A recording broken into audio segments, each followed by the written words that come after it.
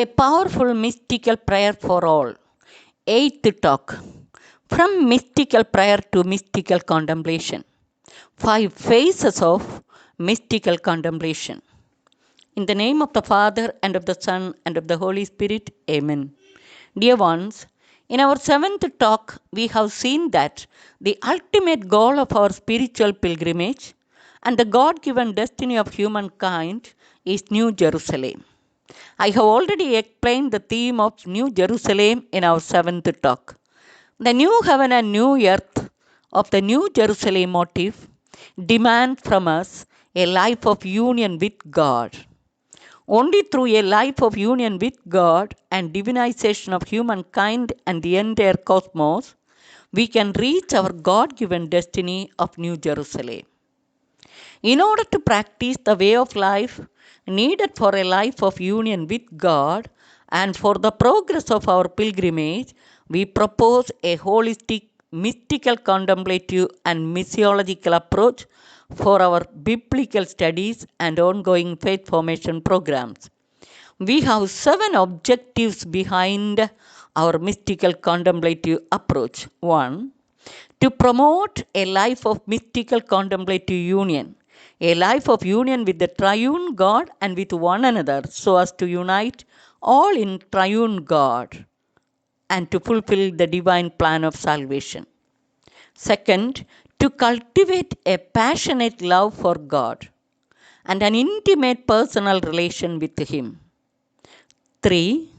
To live the Word of God and spread it to the ends of the earth with a genuine missionary zeal. 4. To promote a holistic, mystical, contemplative approach to the study of the Word of God and theological formation programs so as to lead the persons to experiential knowledge of God and personal intimacy with Him rather than mere conceptual knowledge. 5.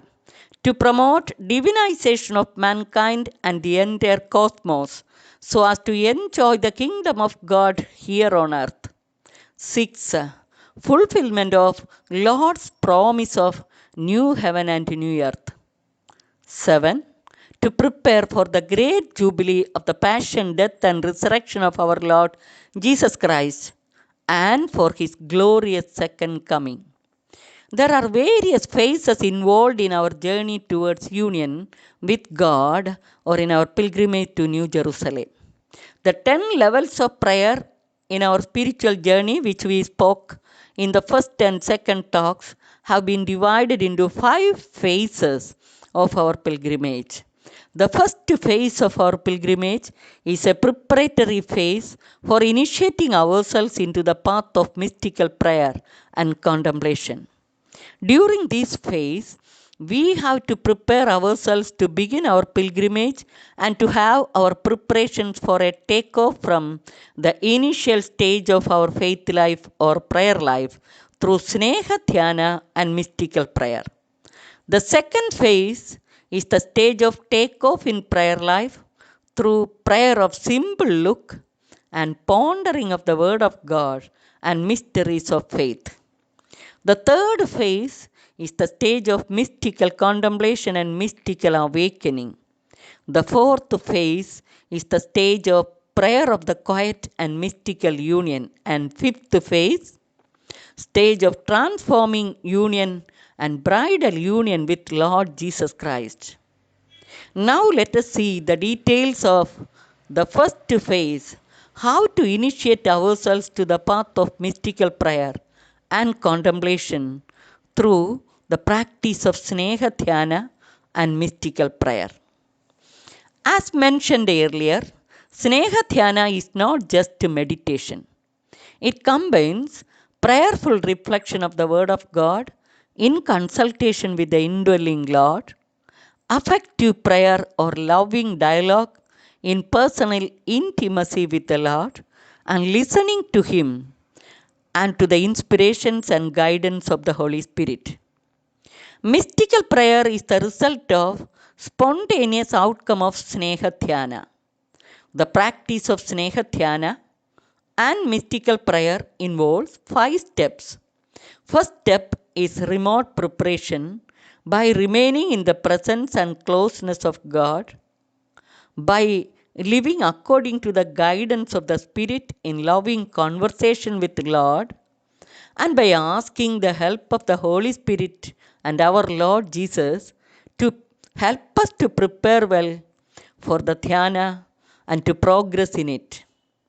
We have to remember also whom we are going to meet, and we have to tell our beloved about the longing of our soul to meet Him and experience Him deeply, very personally, and intimately. Second step, attentive listening of the Bible passage and understanding its meaning in connection with the related passages. We have to study the text well and find out the connecting passages or other connected passages, etc. And thus only we can get the full meaning of the text. Third step, prayerful reflection of its meaning, that is, meaning of the text and the messages, in personal intimacy with the indwelling Lord, and meaningful participation in the liturgical prayer, especially Holy Eucharist. Those who cannot attend daily Mass should receive spiritual communion after morning prayer and listening to the Word of God. Sneha Dhyana, fourth step.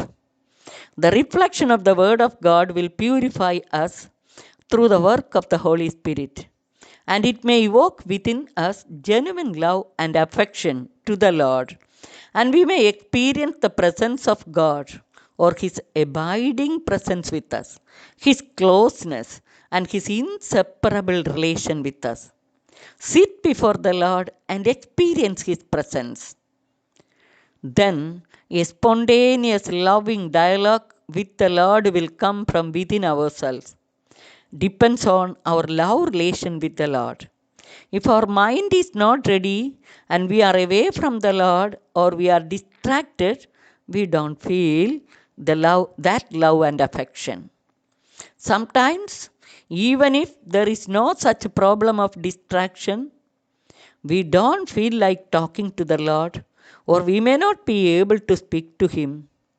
Then listen to Him in silence, or just try to be in His presence and wait for Him. As the Lord wants to guide us towards higher levels of prayer, also, it can happen like this. We have to discern it under the proper guidance of learned and experienced persons. Fifth step, mystical prayer. As we progress in Sneha Dhyana, infused or inspired prayers will come from within us in the form of praise, worship, adoration, and thanksgiving to the Lord. It will lead us to pray always in spirit, as St. Paul exhorts us in Ephesians 6:18. Pray in the spirit at all times. And also to never ceasing prayer or incessant prayer. Pray without ceasing, give thanks in all circumstances. First letter to Thessalonians, chapter 5, verses 17 and 18. Important qualities required for mystical prayer. Looking from the biblical perspective, in order to grow towards mystical prayer, our prayer needs certain basic qualities, of which the most important ones are 1. Pray in the Spirit. Holy Spirit is the spirit of prayer. St. Paul tells us to pray at all times in the Spirit. We do not always know how to pray, so we need the help of the Holy Spirit. The Spirit also helps us in our weaknesses, for we do not know what to pray for as we ought. But the Spirit Himself intercedes for us with groaning too deep for words. Romans 8:26.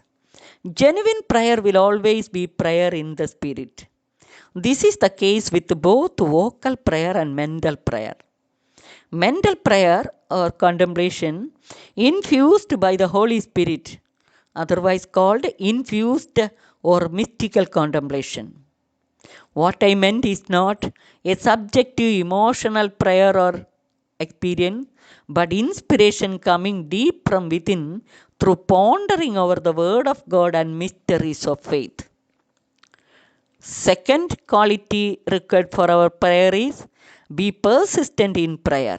We must be persistent in prayer. Do not give up your prayer if you have not received an answer to your prayer.